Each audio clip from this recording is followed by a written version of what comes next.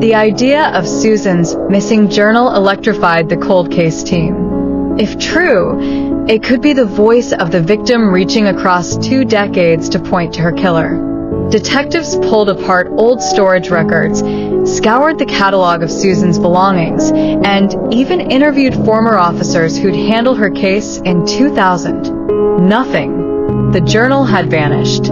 But then, a quiet lead arrived. A retired officer, who had been part of the original inquiry, recalled Susan's sister mentioning the journal back in the day. The officer admitted it wasn't taken seriously at the time, since Susan was only listed as a missing person, not a homicide victim. That gave detectives a new angle. They tracked down Susan's younger sister, Susan Goodwin, now living interstate. When Megan heard about her sister's remains being found, she broke down. And when asked about the journal, she hesitated, then revealed something astonishing. Susan had indeed kept a journal. After her disappearance, Megan searched Susan's house, desperate for answers. She found the notebook, hidden under a loose floorboard in Susan's bedroom. But terrified of what it might reveal, and fearing she herself might be in danger, Megan never handed it to police. Instead, she kept it locked away for years, only opening it once before tucking it into a box in her attic. Now, 23 years later, she agreed to hand it over. The journal was a small, leather-bound book, its pages yellowed with age. Every entry was neat, meticulous, almost obsessive.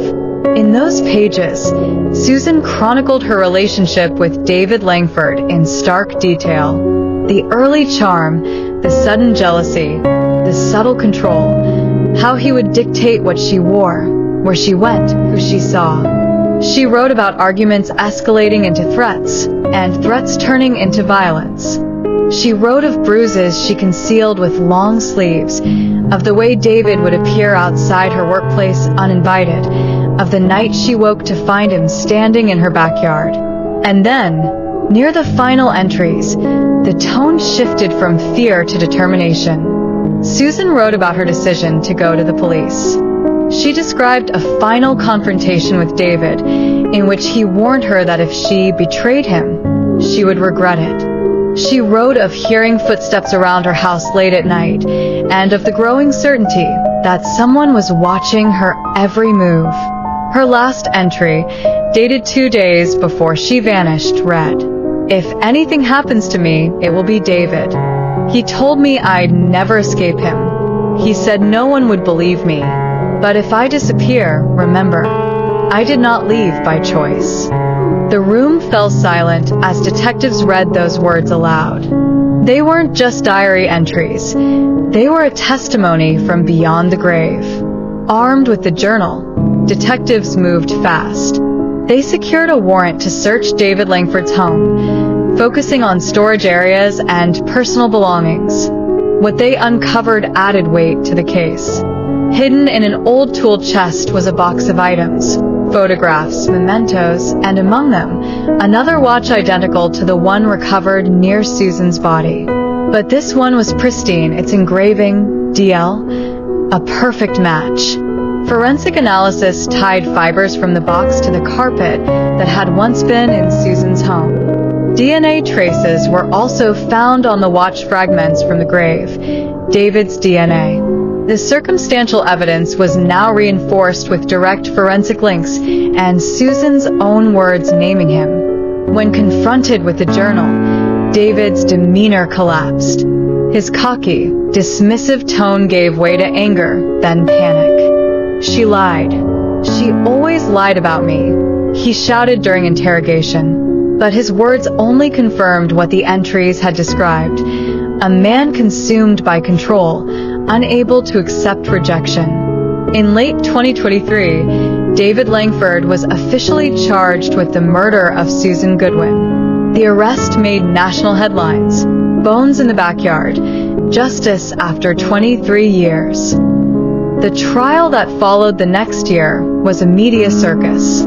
Prosecutors laid out the evidence piece by piece. The bones, the injuries, the carpet fibers, the watch, and most damning of all, Susan's journal. The defense argued that the journal was subjective, a personal account that could not be independently verified.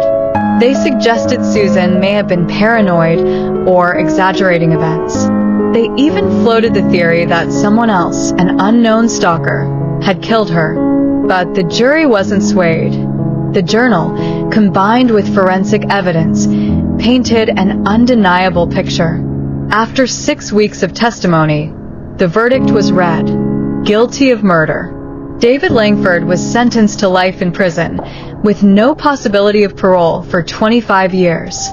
For Susan's family, the verdict brought both relief and sorrow. Relief that the truth was finally known, and that her killer had been brought to justice.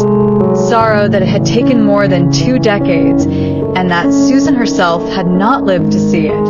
Her sister Megan spoke outside the courthouse, holding back tears. Susan was kind, loving, and brave. She tried to stand up for herself, and she paid the ultimate price. This journal, her voice, ensured that David couldn't silence her forever. We hope her story reminds others to listen, to believe, and to act when someone says they're in danger. The community, too, was shaken. For years, Susan had been remembered as a woman who simply vanished. Now, the chilling truth that she had been murdered and hidden in her own backyard cast a long shadow. Neighbors who still lived on that quiet street confessed they struggled to step outside, haunted by the thought that for 2 decades they had unknowingly passed the grave of a murdered woman. The Susan Goodwin case is more than a cold case solved. It's a testament to the persistence of investigators, the bravery of a sister who finally shared the truth, and the enduring voice of a victim who refused to be silenced, even in death. It also underscores a sobering reality: how many other victims, like Susan, have journals unwritten, secrets unspoken, graves undiscovered? As one detective remarked during a press conference, "What chills me the most is that Susan herself told us who killed her. We just didn't listen soon enough." And so, 23 years later, her story closes, not with silence, but with justice.